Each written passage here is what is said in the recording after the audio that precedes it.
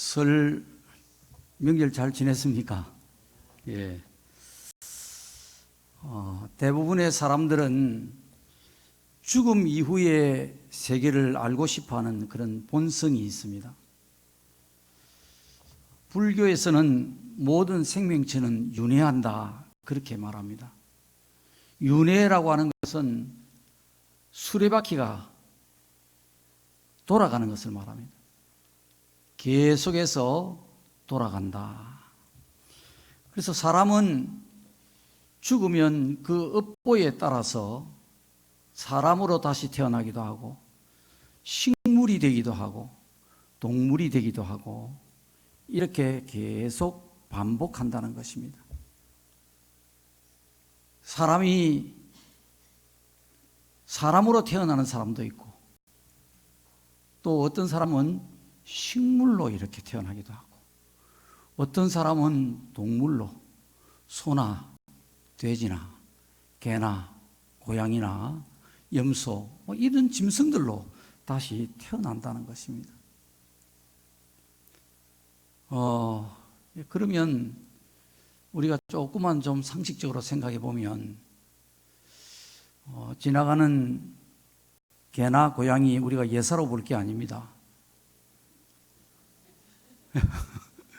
우리가 먹는 소고기, 돼지고기도 이거 그냥 먹을 게 아니에요, 이게.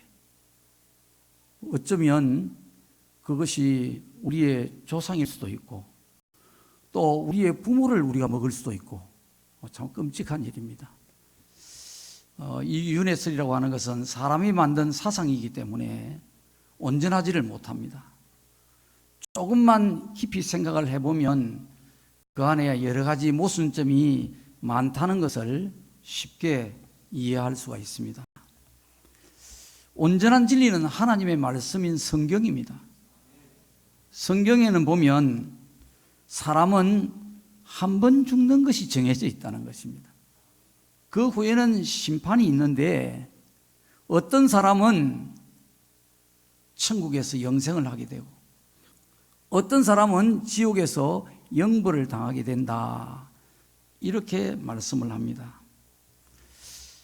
궁극적으로 천국에서 우리가 어떻게 영생을 하게 되느냐, 오늘 본문이 그것을 말씀하고 있습니다. 본문의 내용을 여러분이 이해하기 쉽도록 요약을 해서 말씀을 드리면, 예수님이 재림하실 때에 죽은 자들이 다시 부활한다는 것입니다. 부활한다는 것은 사람이 죽었다가 그냥 살아나는 그런 것을 말하는 것이 아니고, 이미 땅에 묻혀서 완전히 다 흙으로 돌아가 버린 그런 우리 인간의 몸이 영원히 썩지 아니할 그런 신령한 몸으로 다시 태어나게 된다. 그것을 부활이라고 말씀하는 것입니다. 그 부활의 몸으로 영생을 하게 된다.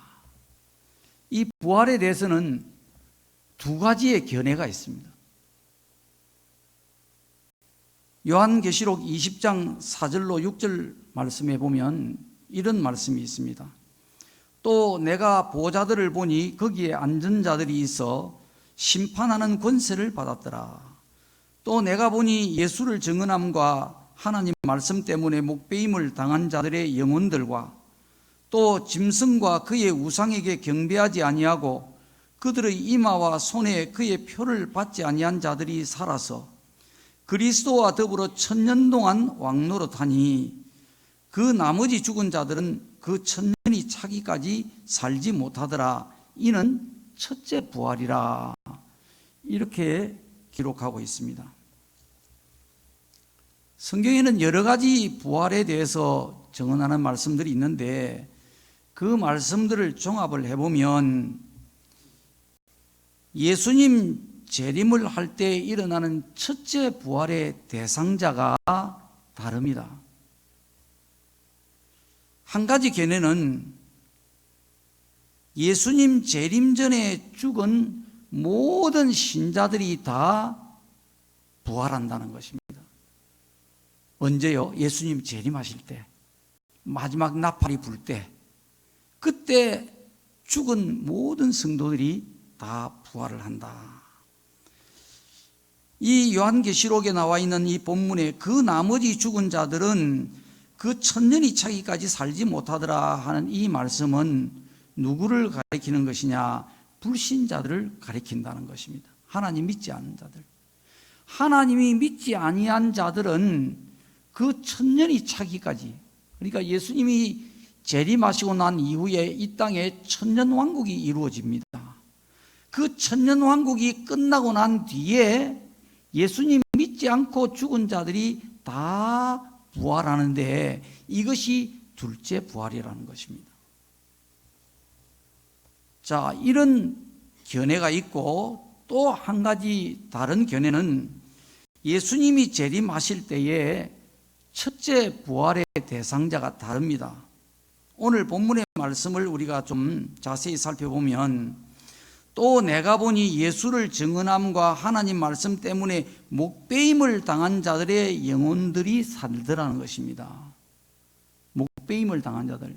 그러니까 이 말씀에 해당되는 사람들은 예수님 오시기 전에 7년 대환란이 일어나는데 그 7년 대환란 전에 구약과 신약 시대에 순교당한 자들을 말하는 것입니다.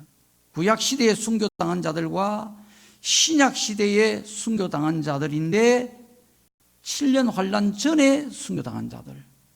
자, 이들이 부활을 하고 두 번째는 또 짐승과 그의 우상에게 경배하지 아니하고 그들의 이마와 손에 그의 표를 받지 아니한 자들이 살더라는 것입니다. 이것은 7년 대환란 중에 많은 고난과 핍박을 받고 끝까지 666 그 사단의 짐승의 표를 받지 않음으로 순교당한 자들, 이 사람들이 부활을 한다는 것입니다. 그러니까 종합을 해보면 결국 이 첫째 부활에 해당되는 사람들은 누구냐? 구약과 신약 시대에 모두 순교당한 자들입니다. 이들이 첫 번째 부활을 하는데 이들은 복이 있는 자들이다, 그렇게 말씀을 하는 것입니다. 그리고 그 나머지 죽은 자들은 그 천년이 차기까지 살지 못하더라 하는 이 말씀의 해석이 달라지는 것입니다. 이들이 누구냐? 다른 해석은 순교당하지 않고 죽은 모든 신자들과 하나님을 믿지 아니하고 죽은 모든 사람들이 다 같이 부활한다는 것입니다. 그 나머지 죽은 자들은 천년이 차기까지 살지 못하더라. 그러니까 천년 왕국이 끝나고 난 뒤에 예수님 믿고 죽은 자들이 부활하고 순교당한 자들 말고 예수님 믿지 않고 죽은 불신자들도 그때 같이 부활해서 예수님 믿고 죽은 자들은 생명의 부활로 부활하는 것이고 믿지 않고 죽은 자들은 심판의 부활로 부활한다는 것입니다. 이렇게 견해가 다릅니다. 자, 어느 것이 맞느냐? 그건 뭐 끝까지 닭이 먼저냐 계란이 먼저냐 시비하는 것과 비슷합니다. 우리 인간이 성경을 해석할 수 있는 한계를 인정할 수밖에 없는 거예요. 그러나 저는 생각하기를 후자가 옳다라고 저는 해석을 합니다. 천년왕국이 끝나고 난 뒤에 믿고 죽은 자와 믿지 않고 죽은 자들이 같이 부활한다. 이게 둘째 부활이고 첫 번째 부활은 순교당한 사람들, 성도들, 이들이 첫 번째 부활에 참여한다. 저는 그렇게 성경을 볼 때 해석이 되어집니다. 자, 어느 것이 옳으냐? 그것은 우리가 구원을 받고 천국 가는 데는 사실 지장이 아무것도 없습니다.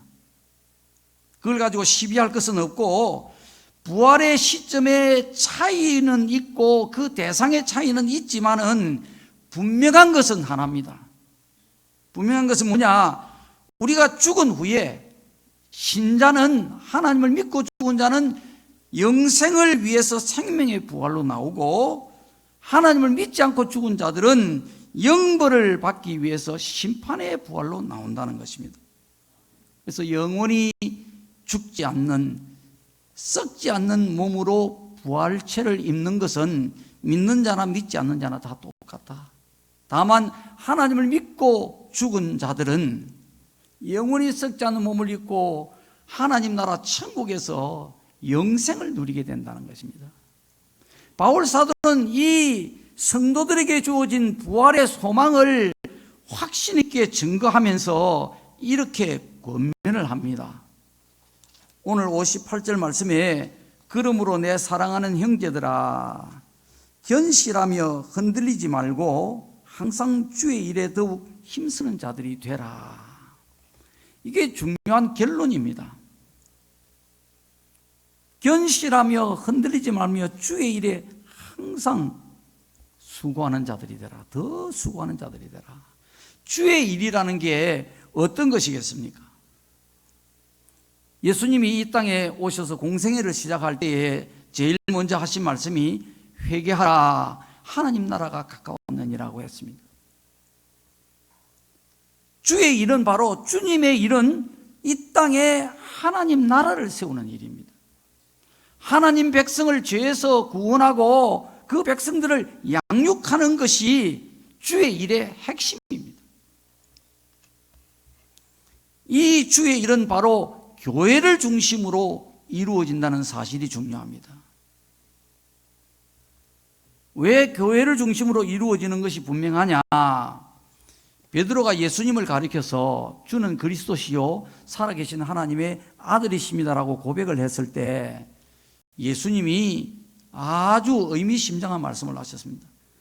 내가 고백한 바로 이 믿음, 이 진리 위에 내가 내 교회를 세우리니 음부의 권세가 결단코 이기지 못할 것이다 말씀을 하신 거예요. 주님의 계획 속에는 이제 앞으로 십자가를 두고 있는데 왜 십자가에 죽으시느냐? 죽으신 이후에 주님이 뭐 할 것이냐? 이 땅에 교회를, 주님의 교회를 세우시겠다는 것입니다. 그 교회를 통해서 이 십자가의 진리를 전함으로 주의 백성들을 구원시키고 양육하고 하나님의 나라를 세우시겠다는 것입니다. 교회 중심입니다. 교회를 통해서 주님의 일은 이루어져 나가는 것입니다. 이 교회에서 우리가 주님을 섬기는 일 가운데서 가장 중요한 것은 첫 번째가 예배입니다. 교회를 섬기는 주의 일의 핵심이 바로 예배라는 것을 꼭 기억하셔야 됩니다. 예배가 왜 그렇게 중요하냐? 예배는 하나님을 잃어버린 인간이 하나님을 찾는 것입니다. 하나님을 만나는 것입니다. 죄를 범한 인간이 에덴 동산에서 아담 이후에 모든 인간은 다 죄에 빠져버렸는데 이 죄에 빠진 인간이 가장 먼저 해야 될 일이고 가장 중요한 일이고 마지막 끝까지 해야 될 일은 뭐냐? 잃어버린 하나님을 찾는 것입니다. 그 하나님을 만나는 것이 가장 중요한 것입니다.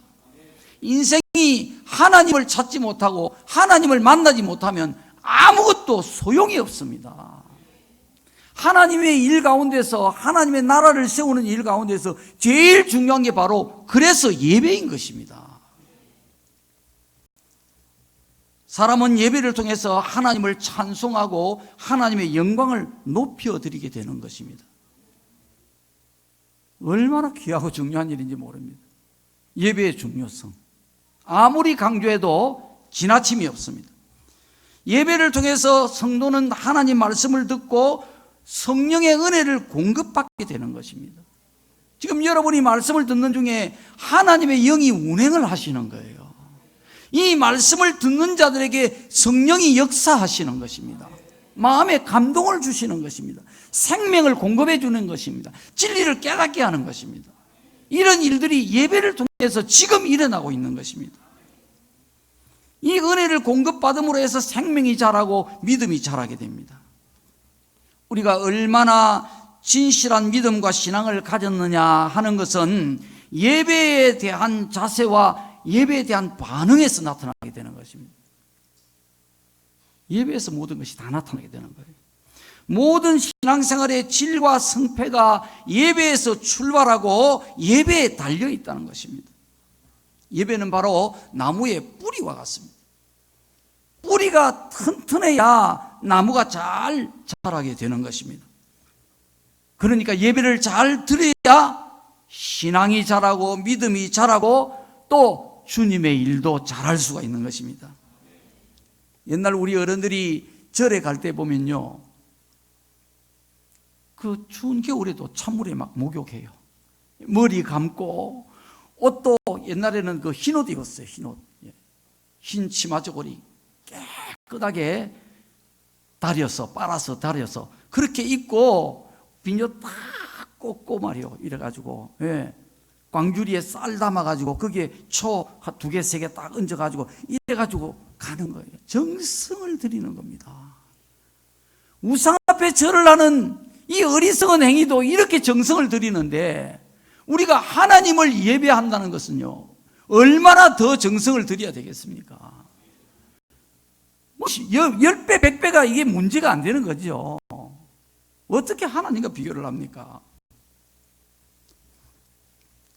우리 성도는 항상 마음에 생각하기를, 내가 하나님이 가장 기뻐하시는 최상의 예배를 드려야 되겠다, 이런 여러분의 의지와 결단이 있으시길 바랍니다. 이 하나님이 기뻐하시는 예배, 정말 하나님이 영광을 받으시는 예배를 드리기 위해서는 준비가 필요하고 여러분의 정성이 필요한 것입니다. 그냥 교회 가야 되겠네, 오늘 일요일이네, 이렇게 해서 교회 나오면 안 됩니다. 여러분이 주일을 기다리면서 매일 하나님 앞에 이 정성을 다해서 예배 드릴 수 있도록, 예배에서 여러분이 은혜를 받을 수 있도록 하나님께 기도를 드려야 되는 것입니다. 그리고 교회 나올 때는 깨끗이 몸을 씻고 단정한 옷차림을 하고 정숙하게, 그래서 그것도 일찍이 하나님 앞에 나와서 여러분이 하나님 앞에 여러분 자신을 드리는 그런 준비가 있어야 되는 것입니다. 만부득이한 일이 아니면 예배에 빠지지 않도록 시간과 환경을 잘 관리하고 다스려야 됩니다. 여러분이 주체가 되어야 된다 이 말이에요. 끌려다니면 안 되는 거예요. 시간은 내 것이 아닙니다. 하나님의 것입니다. 시간이 나면 예배 드리고 시간이 나지 않으면 예배에 빠지고 이렇게 해서는 안 되는 것입니다. 제일 먼저가 예배입니다. 예배에 정해진 시간이, 그 시간에 모든 것을 다 제쳐놓고 우선적으로 하나님께 그 시간을 드리고 그 다음에 다른 일을 하는 것입니다. 여러분이 이렇게 살려고 하면 여러 가지 어려움이 따라오게 되어 있습니다. 여러분 가까이에 있는 사람들이 진짜 싫어합니다. 미워합니다. 비난합니다. 여러분요, 원망합니다. 불평합니다. 따돌림 당할 수도 있습니다. 손가락질도 당할 수 있어요. 별나게 신앙생활한다. 니만 예수 믿나? 온갖 소리 다 들을 수 있어요. 그리고 여러 가지 불이익도 당하고 해를 입을 수도 있습니다. 그렇지만 그런 거 두려워하면 안 돼요. 여러분이 하나님을 사랑하고 하나님을 정말 높여드리려고 애를 쓰고 하나님께 진실과 정성을 다해서 섬기게 된다면 하나님이 여러분 높여주시는 거예요. 하나님이 여러분을 먼저 알아보시고 반드시 여러분에게 갚아주시고 복을 주실 줄로 믿습니다. 주의 일을 하는 데 있어서 교회를 위해 우리가 할 수 있는 최선의 것은 바로 봉사와 헌신입니다. 하나님은 천지 만물을 홀로 창조하신 전지전능하신 분이십니다. 무에서 유를 창조하셨고 없는 것도 있게 하시는 분이라 하셨어요.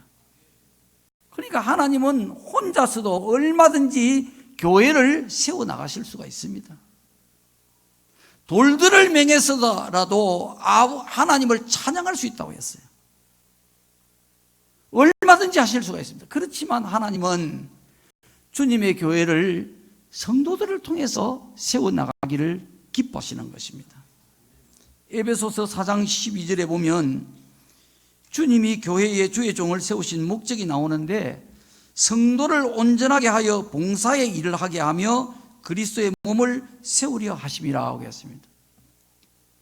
봉사의 일을 하게 하는 것입니다. 성도들로 하여금. 그게 주의 종의 사명이에요. 그래서 주님의 몸을 세우게 하는 것이다. 그렇게 말씀합니다. 교회를 세워가는 것은 마치 예수님의 터 위에 집을 지어가는 것과 같습니다. 우리 성도들은 집 짓는 일꾼이란 말이에요. 사실요. 알고 보면요. 저와 여러분은 바로 이 양지중앙교회를, 또 여러분이 섬기는 교회를 세워가도록 하나님이 일꾼으로 부르셨다는 것입니다. 그래서 여러분은 예배만 드리는 손님 같은 사람이 되어서는 안 됩니다. 구경꾼이나 방관자가 되어서는 안 되고, 여러분이 섬기는 교회가 아름답고 튼튼하게 세워지도록 열심히 봉사하고 헌신하는 그런 충성된 일꾼이 되시기를 바랍니다. 요한계시록 2장에 보면 에베소 교회에 부활하셔서 승천하신 하나님 보좌 우편에 계신 주님이 이렇게 말씀하십니다. 내가 내 행위와 수고와 인내를 알고 또 악한 자들을 용납하지 아니한 것과 자칭 사도라 하되 아닌 자들을 시험하여 그의 거짓된 것을 내가 드러낸 것과 또 내가 참고 내 이름을 위하여 견디고 게으르지 아니한 것을 아노라. 이렇게 말씀하십니다. 이 말씀을 보면 우리가 몰라서 그렇지 주님은 우리의 모든 것을 다 알고 계시는 거예요. 우리가 어떻게 행하면서 살고 있는지, 가정에서 어떻게 행하는지, 교회에서 어떻게 행하는지, 뭐 어디서든지 우리가 어떻게 살고 있는지 우리의 행위를 다 아시고 우리의 수고와 인내를 안다는 것입니다. 그리고 주님의 이름을 위해서 견디고 게으르지 아니한 것을 다 알고 계신다는 거예요. 여러분, 주님 교회를 봉사하고 헌신할 때에 누가 알아주지 않더라도 여러분 조금 더 섭섭한 마음 가지면 안 됩니다. 이 섭섭한 마음이 딱 들어오면 사람은 시험에 빠지게 되는 것입니다. 시험에 빠지면 어떻게 되죠? 주님이 가르쳐주신 기도에 나옵니다.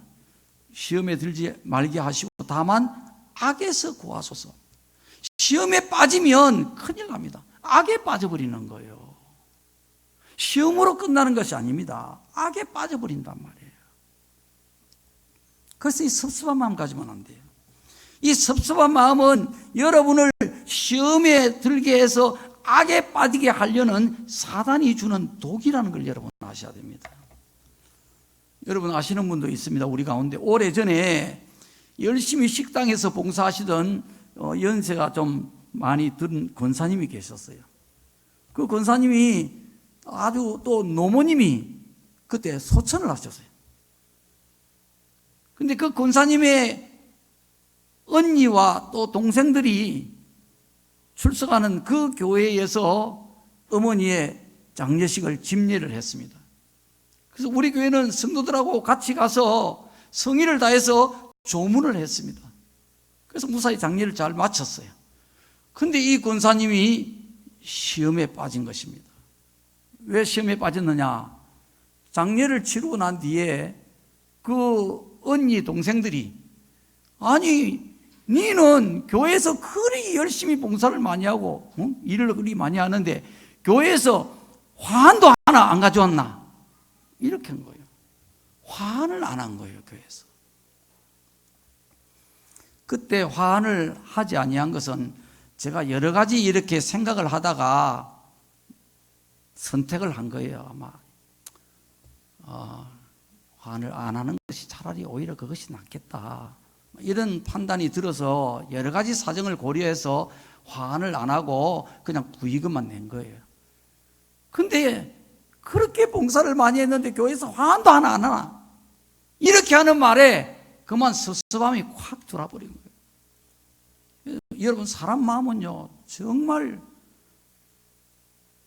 한 번 삐끄러져 버리면 이거 다시 돌려 세우기가 이 집채보다도 더 무겁습니다. 꿈쩍도 안 합니다. 아무리 사과를 하고 뭐 아무리 사정을 하고 해도 소용이 없습니다. 결국은 교회를 떠나버리고 말았습니다. 참 여러 가지 마음이 많이 아팠어요. 더운 여름에 열무김치를 담아가지고 냉장고에 안 넣고 그냥 이렇게 한나절만 바깥에 내놔도 쉬어버립니다. 그처럼 사람이 맛이 가는 것 참 잠깐입니다. 너무 쉽게 가버리는 것입니다. 잠깐 내놨는데 쉬어버리는 음식처럼 그냥 아차하는 그 작은 사소한 일에 사람이 맛이 가버리는 것입니다. 여러분은 아무것도 바라지 마십시오. 교회를 섬기면서 그 무엇도 바라지 마시고 아무것도 기대도 하지 마시고, 여러분이 사람한테 뭔가 보상을 받으면 주님한테 받을 것이 없다는 걸 아셔야 됩니다. 그 대신 뭡니까 여러분? 주님이 여러분의 모든 것을 다 아신다고 말씀하시는 겁니다. 그 주님으로부터만 칭찬받고 주님으로부터만 상을 받겠다고, 그런 믿음을 여러분이 굳게 붙잡으시기를 바랍니다. 성도가 교회를 위해서 봉사하고 헌신한다, 이것보다 더 큰 복이 사실은 없는 겁니다. 여러분, 이거 아무에게나 주어지지 않습니다. 여러분요, 하나님을 믿지 않는 사람들이 얼마나 많습니까? 얼마나 똑똑하고 얼마나 잘나고 얼마나 유명한 사람들도 하나님 못 믿습니다. 여러분요, 제가 가끔씩 여러분한테 이야기하죠. 우리가 하나님을 믿는 것은 사법고시 파스하는 것보다 더 어렵다고 이야기를 하는 거예요. 내가 그렇게 느껴지더라 말이에요. 이야, 우리가 똑똑해서 사법고시 파스한 게 아니고, 똑똑해서 하나님 믿은 게 아니고, 하나님의 특별한 은혜로 우리가 하나님을 믿게 되었지만 이것이 얼마나 어려운 일인지 모른다는 거예요. 그런데 그 중에서도 주님의 교회를 위해서 봉사한다, 헌신한다, 여러분 다 되어집니까?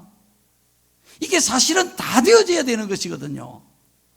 이것보다 귀한 일이 없기 때문에 이건 나요 하고 서로 손을 들고 경쟁을 하다시피 해서 사실은 봉사를 해야 되는 것인데, 현실은 그렇지 못하단 말이죠.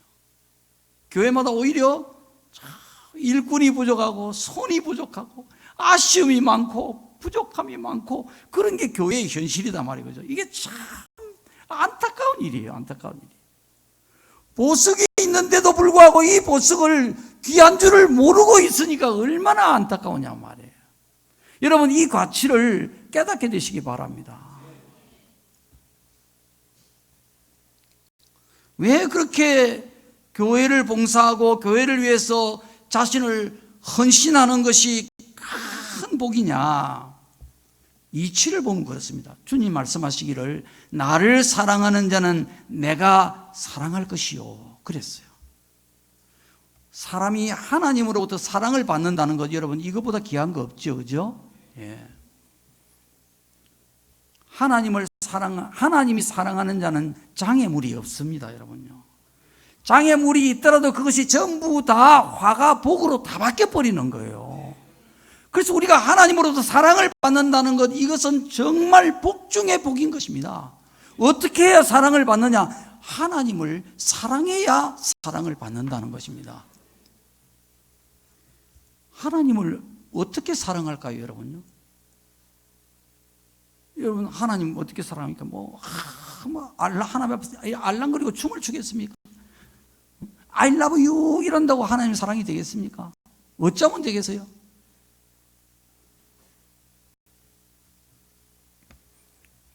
사실은 간단한 거예요. 주님이 피 흘려 세우신 교회를 사랑하는 것입니다. 난 목회를 하면서 결론적으로 느끼게 된 것은 바로 이 진리입니다. 정말 복을 받는 길은, 정말 하나님의 사랑을 받는 길은 주님이 자기 몸을 바쳐서 세운 교회, 얼마나 주님의 관심이 지대하겠느냐 말이에요. 얼마나 주님이 이 교회를 아끼고 사랑하겠느냐 말이에요. 자기 몸을 피 흘려서 목숨 바쳐 십자가의 죽음으로 교회를 이 땅에 세웠는데 그 교회를 얼마나 사랑하겠느냐 주님이.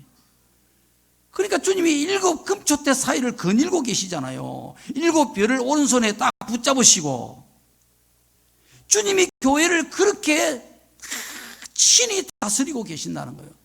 자기 피 흘려 산 교회이기 때문에 그런 것입니다.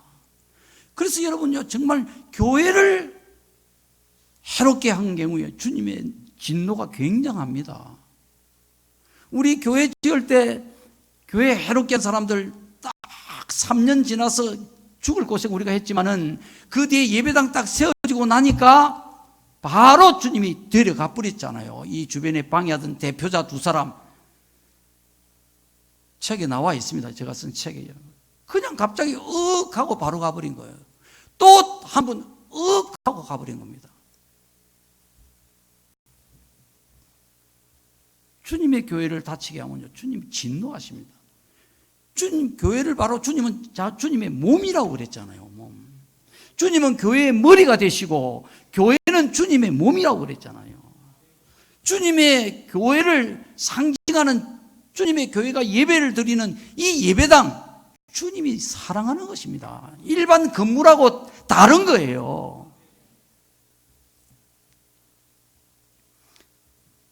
주님의 교회를 사랑하는 최선의 길은 바로 봉사와 헌신입니다. 주님 교회를 위해서 내 땀을 바치고 눈물을 바치고 내 몸을 바치고 정성을 바치고 시간을 바치고 물질을 바치고 교회를 섬기는 것입니다. 그게 주님을 사랑하는 것입니다. 우리가 입으로 주님을 사랑한다고 하면서 교회를 위해서 봉사하지 않고 헌신하지 않는다면 그것은 거짓말이에요. 그렇지 않겠어요, 여러분?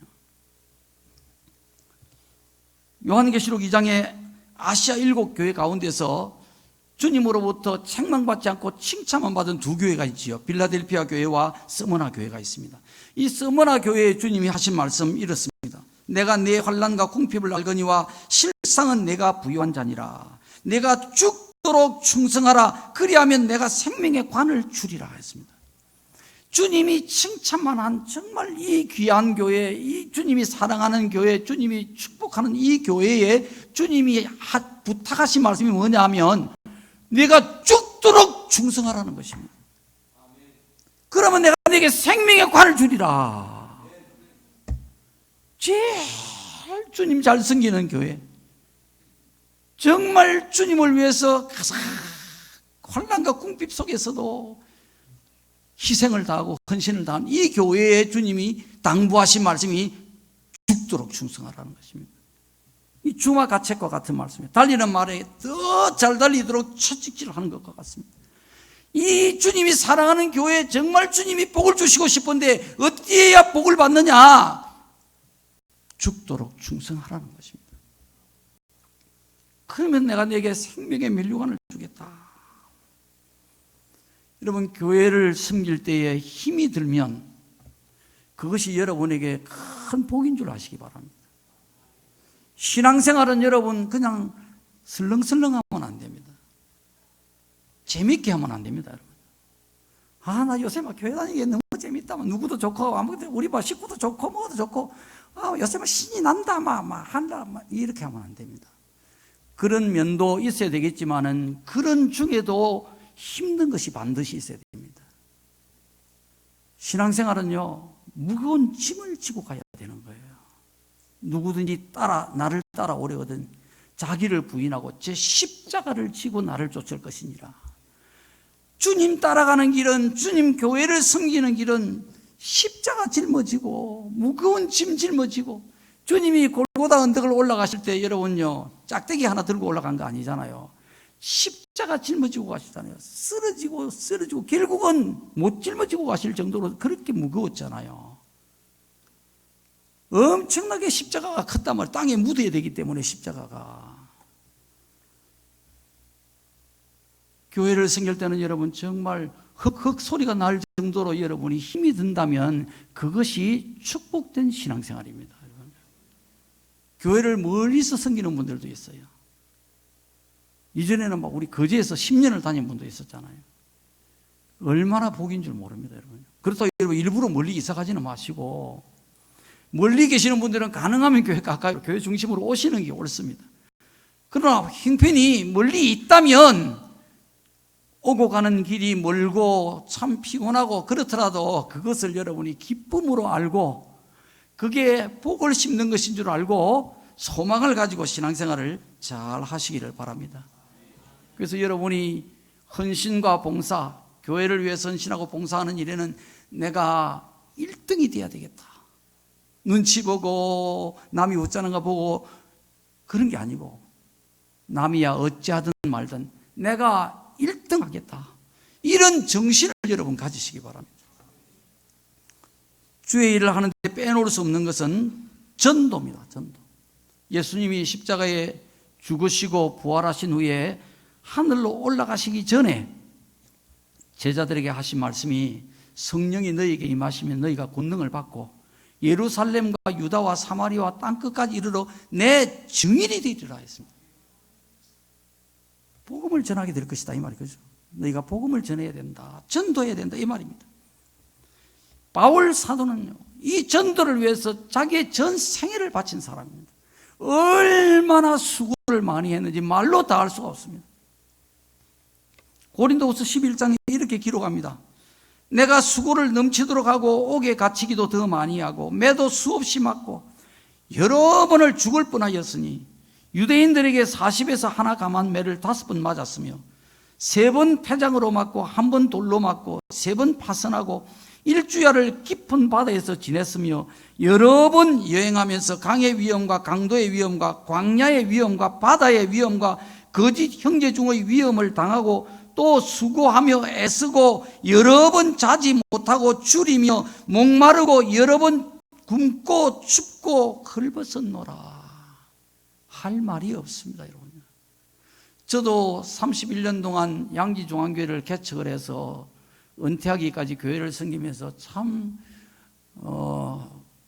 책에도 제가 그렇게 기록을 해놨지만은 앵간히 고생을 좀 했거든요. 근데 바울 사도의 이 흔적을 보면요, 정말 부끄러워서 고개가 들 수가 없어요. 내가 힘들었습니다, 진짜 고생 많이 했습니다, 말을 할 수가 없는 거예요. 이 세상에 아무리 고난이 많고 아무리 힘들고 아무리 십자가가 무겁고 아무리 괴롭고 그런 주의 종과 그런 성도들이라 할지라도 힘 잃지 말고 더 용기를 내서 죽을 힘을 다해서 교회를 위해서 헌신하고 또 복음 전도에 힘쓰라고 하나님이 바울 사도에게 이런 모델을 우리에게 보여주신 거예요.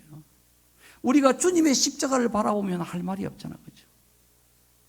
아무리 억울하고 분하고 원통해도 주님 생각하면 할 말이 없는 거예요. 주님만큼 여러분 억울함과 고난과 모욕당한 사람은 아무도 없습니다. 여러분 성도들 간에 마음 상하고 교회에서 이리저리 속상하고 이래가지고 시험 들고 넘어지고 이런 분들이 계시지만은 믿음이 없어서 그런 거예요. 여러분 주님이 걸어가신 길을 한번 생각해 보십시오. 누가 여러분한테 빵을 때린 사람이 있습니까? 교회에서 여러분 얼굴에 누가 침 뱉은 사람이 있어요? 누가 여러분 막 옷 뺏기고 막 조롱하고 이런 사람이 있습니까? 여러분 막 그냥 매를 들고 여러분 덩어리를 피가 나도록 때린 사람이 누가 있어요? 아무도 없어요. 그리까지 안 해요. 그런데 우리는 죽겠다는 거예요. 그런데 우리는 막 복장이 터져 못 살겠다는 거예요. 환장하겠다는 겁니다. 주님을 몰라서 그런 거예요. 믿음의 주요 우리를 온전케 하시는 예수를 바라보자 그러잖아요. 예수를. 사람 쳐다보니까 시험 드는 거예요. 환경 쳐다보니까 낙심하는 겁니다. 주님 바라보셔야 되는 겁니다. 바울 사도 바라봐야 되는 겁니다. 전도를 위해서 이만큼 죽을 고생을 했구나. 이 생각하면요, 우리가 내가 하는 거 참 별거 아니구나. 내가 더 사도 바울의 10분의 1이라도 따라가려면 정말 맨발 붙고 지금부터라도 뛰어야 되겠구나. 이런 생각하게 되는 것입니다. 바울이 왜 이렇게 고난을 많이 받았을까요? 전도는 마귀에게 종살이하는 백성들을 하나님 백성으로 구원해내는, 구출해내는 영적 전쟁입니다, 여러분요. 이거 놀이하는 게 아니에요. 이거 전쟁하는 거란 말이에요, 전쟁. 실제로 사단과 전쟁하는 것입니다. 그러니까 사단이 자기 백성 빼앗아가려고 하는 사람 그냥 놔두겠어요. 가장 미워하고 가장 분노하는 것이 전도하는 사람입니다, 사단이요. 그래서 전도하는 사람에게는 사단이 할 수 있는 모든 방법을 강구해서 방해하고 그리고 공격하는 것입니다. 그러니까 여러 가지 어려운 문제들이 생길 수밖에 없는 것입니다. 그걸 이상하게 여기지 말고, 그걸 그냥 분하고 억울하게 여기지 말고, 놀래지 말고 당연한 것이라 생각하고 여러분 담대한 마음을 가지고 복음을 전해야 되는 것입니다. 다니엘서 12장에 보면 이런 말씀이 있습니다. 많은 사람을 옳은 대로 돌아오게 한 자는 별과 같이 영원토록 빛나리라. 별과 같이 영원토록 빛난다는 것이에요. 어리석은 사람은 과거에 매여서 살고, 보통 사람은 현재에 묶여서 살고, 지혜로운 사람은 앞날을 바라보면서, 미래를 바라보면서 산다. 그런 말이 있죠. 우린 미래를 바라보면서 살 수 있어야 돼요. 오늘에 충실함에도 불구하고 미래를 소망하면서 살아가야 된단 말이에요.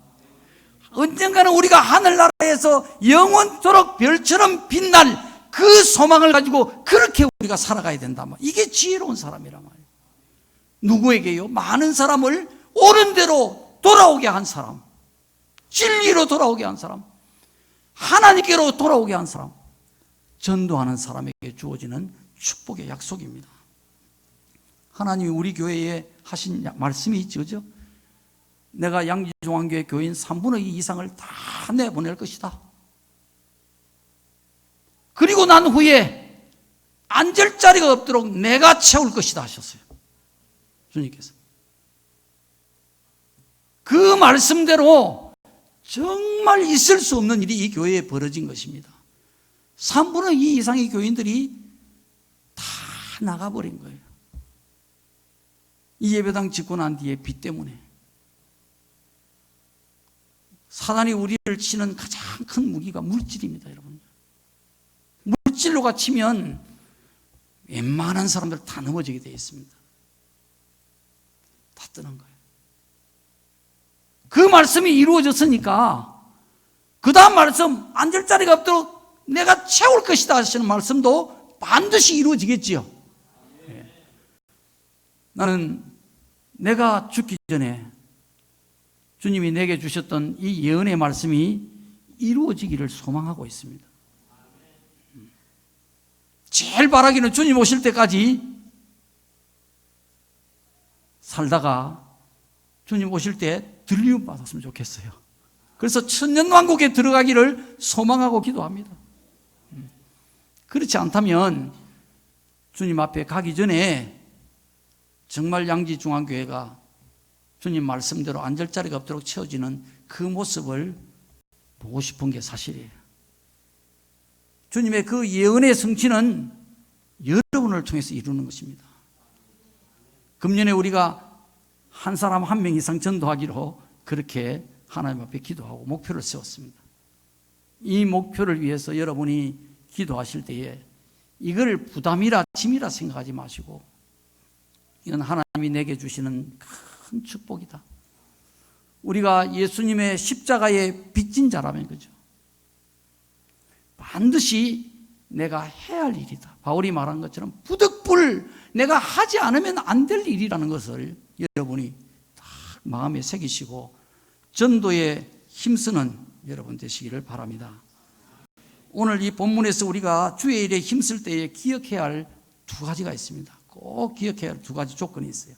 하나는 항상이라고 하는 단어입니다. 항상. 경고하며 흔들리지 말며 항상 주의 일에 힘쓰는 자가 되라고 했어요. 마라톤 경주하는 선수가요, 열심히 뛰다가 힘들다고 멈추면 되겠습니까? 날씨가 너무 덥다고 멈추면 되겠습니까?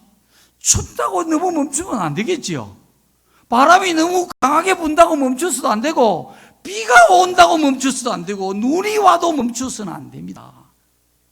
환경이 어떠하든지 간에 경주하는 선수는 계속해서 달려야 되는 것입니다. 골인 지점까지.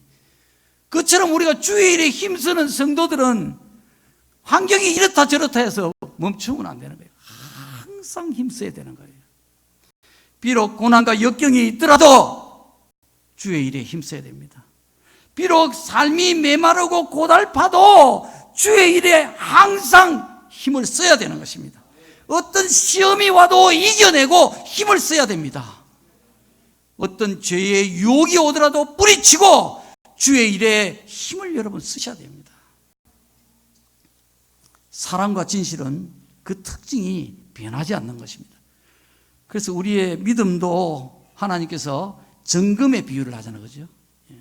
욥을 하나님이 연단시킨 게 정금같이 나오게 하시려고. 변하지 않는 것입니다.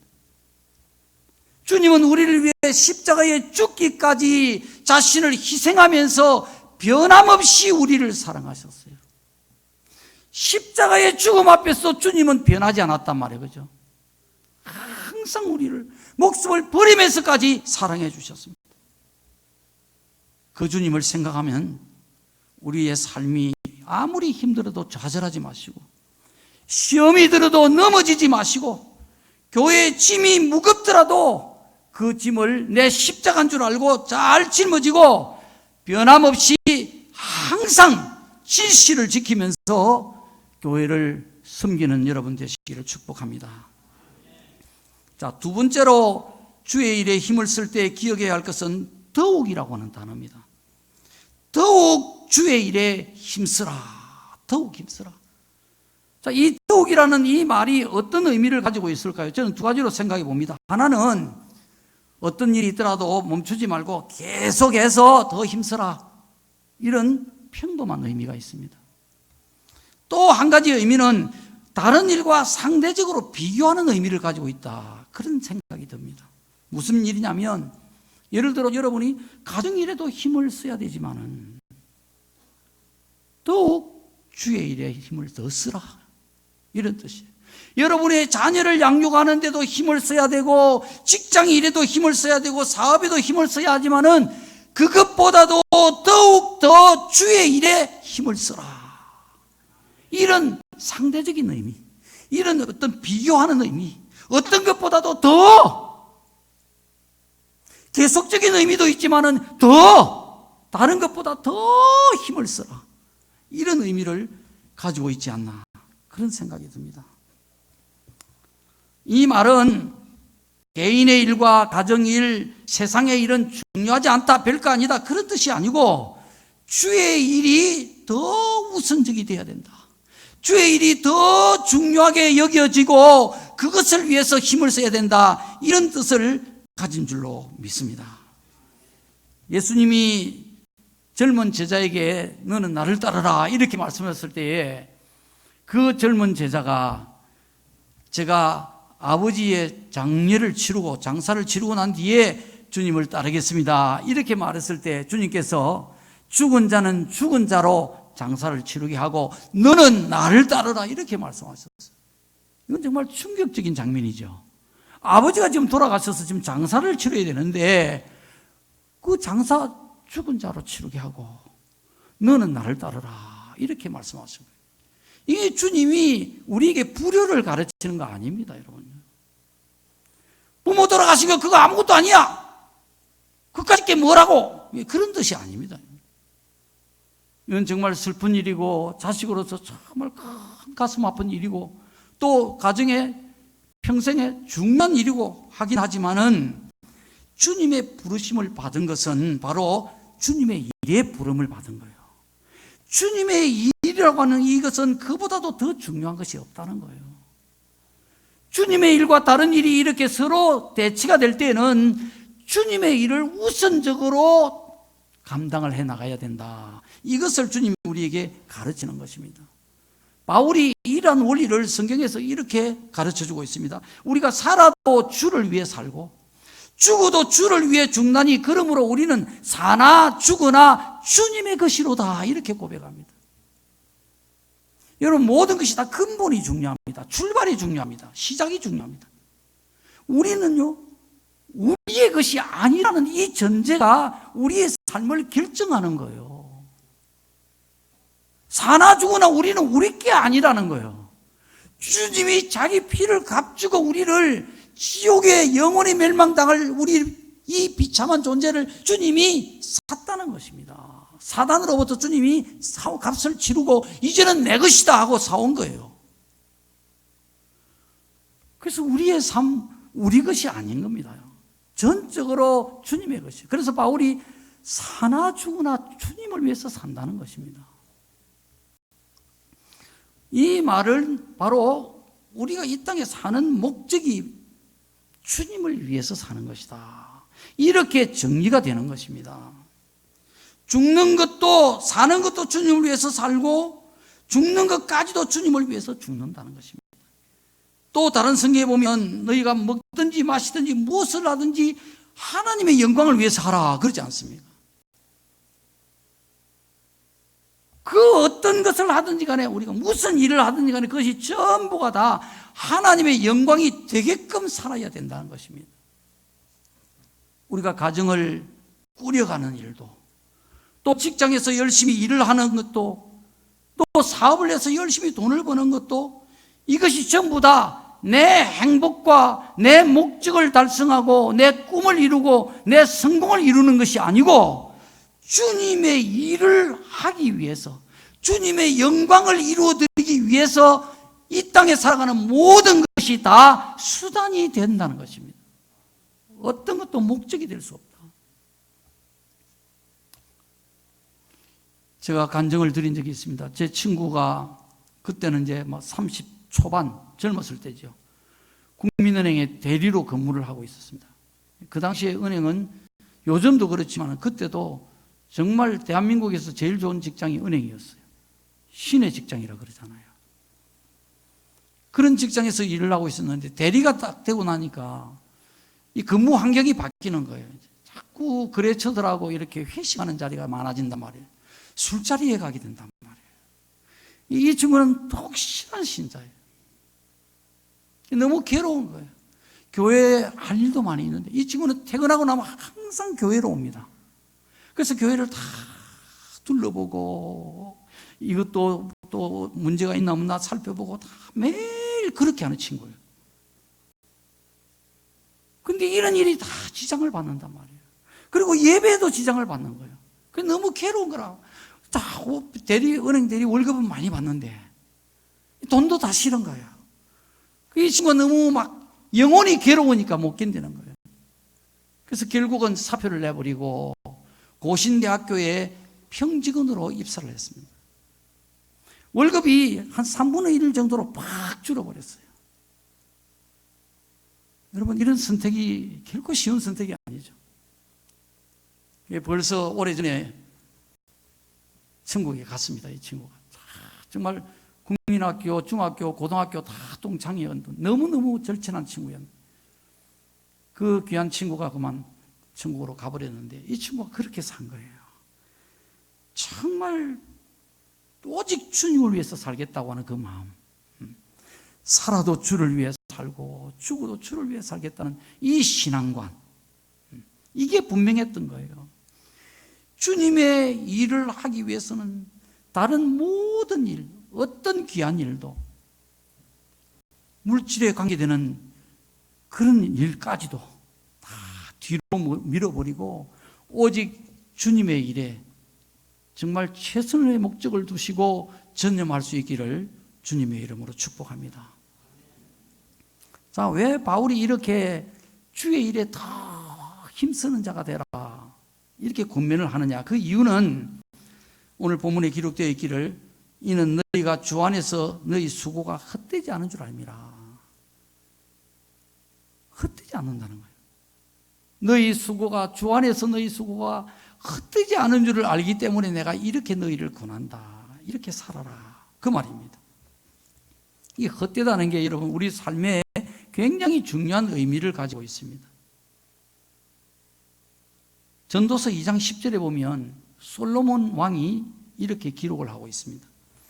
무엇이든 내 눈이 원하는 것을 내가 금하지 아니하며 무엇이든지 내 마음이 즐거워하는 것을 내가 막지 아니하였으니 이는 나의 모든 수고를 내 마음이 기뻐하였음이라. 이것이 나의 모든 수고로 말미암아 얻은 몫이로다. 그 후에 내가 생각해 본 적 내 손으로 한 모든 일과 내가 수고한 모든 것이 다 헛되어 바람을 잡는 것이며 해 아래에서 무익한 것이로다. 솔로몬 왕이 여러분 전도서 읽어보면 알다시피 안 해본 게 없잖아, 그렇죠? 인간이 하고 싶은 욕망은 다 해본 거예요. 집도 막 여러 차례 왕궁을 지어보고 뭐 사업도 해보고 뭐 연못도 파고 수목도 이루고 뭐 종들도 많이 막 거느리고 짐승도 어마어마하게 거느리고 첩도 1000명이나 거느리고 막 온갖 첩을 1000명이나 거느리면 수고를 얼마나 많이 해야 되겠어. 신경을 얼마나 많이 써야 되고 정말 고생을 다 해봤어요. 막 행복하게 살기 위해서, 즐겁게 살기 위해서, 막 후회 안 하고 살기 위해서 할 수 있는 모든 수고를 다 해본 거예요. 근데 그 후에 생각을 해보니까 자기가 수고한 모든 것이 다 헛되어서 바람을 잡는 것과 같더라. 해 아래에서 무익한 것이더라. 아무 유익이, 끝에는 가보니까 아무 유익이 없더라. 헛방이다. 우리 쉽게 속된 말로 하면 헛방이야, 헛방. 뻥이요, 뻥이요. 박상 튀우는 거 여러분 들어봤죠? 뻥! 하잖아요. 뻥 인생이야, 뻥 인생. 이 땅에 수많은 인생들이요. 거의 정말 몇 프로일지 모르겠어요. 90 몇 프로는 아마 다 헛된 인생을 살아가고 있을 거란 말이에요. 내가 볼 때. 여러분도 대부분 동의할 겁니다. 우리가 어릴 때 뭐 도시 아이들은 모르지만 우리는 시골에서 크면서요. 제일 많이 한 게 뭐냐면 떼기치기 제일 많이 했어요. 시골의 떼기는 큽니다. 나중에는 막 그 떼기 안 넘어가야 되니까 넘어가면 뺏기니까 안 넘어가게 하려니까 막 장판을 뜨는 거예요. 기름 미기놓은 장판 있잖아요. 그 장판 뜯어가지고 그거 갖고 떼기를 크게 만드는 겁니다. 막 그래가 다 잡아뜨리가 다 따먹는 겁니다. 아침에 일어나면요 이 왼쪽 허벅지가 퉁퉁 부어가지고 얼마나 때리는지 말이에요. 근데 어릴 때는요 그게 막 목숨을 거기에 걸거든요. 근데 그 떼기 지금 내가 하나도 안 가졌어요. 다 소용없는데 그때는 그거 이러면 막 울고 싶은 거예요. 막 싸우는 거예요. 그거 가지고. 우리 인생이 살아가는 것도 똑같습니다. 여러분요. 떼기치기 하고 있는 거예요. 지금요. 그 떼기 따먹으려고 한 장 들어오고 2장 들어오고 10장 들어오고 막 와 이리 들어오면 막 이게 기분이 그리 좋은 거예요. 이거. 나중에 지나고 나면 그 모든 수고 다 바람을 잡는 것과 같더라는 거예요. 잡았는데 분명히 그죠. 이리도 잡고 저리도 잡고 동서남북 사방 36방을 다 잡았는데 아무것도 없잖아요. 우리 인간이 살아가는 모든 것은 다 이런 거예요. 귀한 것이지만 다 이런 거예요. 우리가 아무리 공부를 많이 해도 다 나중에는 없는 거예요. 그렇다고 공부 안 하면 안 되죠. 열심히 해야 되죠. 사업을 해서 돈을 많이 벌어놔도 나중에 다 없는 거예요. 뻥이에요. 아무리 예술의 심취를 해가지고 경지에 올라가도 그것도 다 뻥이에요. 하지 말라는 게 아니에요. 다 필요한 것이고 귀한 것이지만 그것이 뻥이라는 걸 알고 살아야 된단 말이에요. 그래야 그것이 내 생의 목적이 되지 않는단 말이에요. 그죠? 오직 하나님의 영광을 위해서 그것들은 다 쓰여야 되는 것들이란 말이에요. 그래야 가치가 있는 것이다 말이죠. 그런데 유일하게 헛되지 않은 것이 있다는 거예요. 바로 주의 일에 수고하는 거예요. 이것은 절대 헛되지 않은 줄을 내가 안다는 거예요. 바울이 안다는 거예요. 바울이 이걸 믿고 살은 거예요. 그래서 목숨까지도 귀하게 여기지 않고 주님을 위해 헌신한 겁니다. 이제후로는 나를 위하여 의의 면류관이 예비되었도다 그러잖아요. 바울이 죽기 전에. 자기는 확신하고 있는 것입니다. 삼층천에 천국에도 올라가 본 사람이에요. 바울이 죽기 전에. 그러니까 확실히 하나님으로부터 들은 말씀이 있단 말이에요. 고린도전서 3장에 보면 우리가 하나님 앞에 서게 되면 그날 우리의 공적이 다 나타난다는 것입니다. 이 땅에서 어떤 사람은 금으로 집을 지은 사람, 은으로 지은 사람, 보석으로 지은 사람, 나무와 풀로 지프로 지은 사람 다 종류가 다 다르게 다 드러난다는 것입니다. 그래서 이게 하나님이 불로 시험을 한다는 것입니다. 나무나 풀이나 지프로 지은 사람은 보기는 예술적으로 보이고 근사하게 보일지 몰라도 다 타버리고 죄밖에 남는 게 없다. 그 사람은 구원을 받되 불 속에서 받은 것과 같을 것이다. 해를 입는다는 거예요. 받을 게 아무것도 없어져 버리는 것이에요. 부끄러운 구원만 겨우 받게 된단 말이에요. 이런 집 지으면 안 돼요. 집을 안 지어도 안 되겠지만은 지어도 나무나 풀이나 짚을 가지고 짓는 집은 이건 정말 하나만 해요. 이것도 헛방이에요. 금과 은과 보석으로 집을 짓는 사람은 하나님의 시험, 불시험을 통과해 가지고 그대로 남는다. 그 사람은 어떻게 해요? 상을 받는다는 것입니다. 주님이 말씀하셨어요. 요한계시록 22장 12절에 보라, 내가 속히 오리니 내가 줄 상이 내게 있어 각 사람에게 그가 행한 대로 갚아주리라. 여러분이 행한 대로 주님이 나중에 다 갚아주시는 거예요. 영원히 갚아주시는 거예요. 이거는 있다가 없어지는 게 아니에요. 이 소망을 붙들고 살아라. 바울이 그렇게 말씀하는 거예요. 여러분, 이 땅에서 우리가 해야 할 일들이 많습니다. 열심히 해야 됩니다. 여러분이 가정에서, 직장에서 다 여러분 위치가 있고 여러분 해야 할 일이 있단 말이에요. 그거 열심히 해야 됩니다.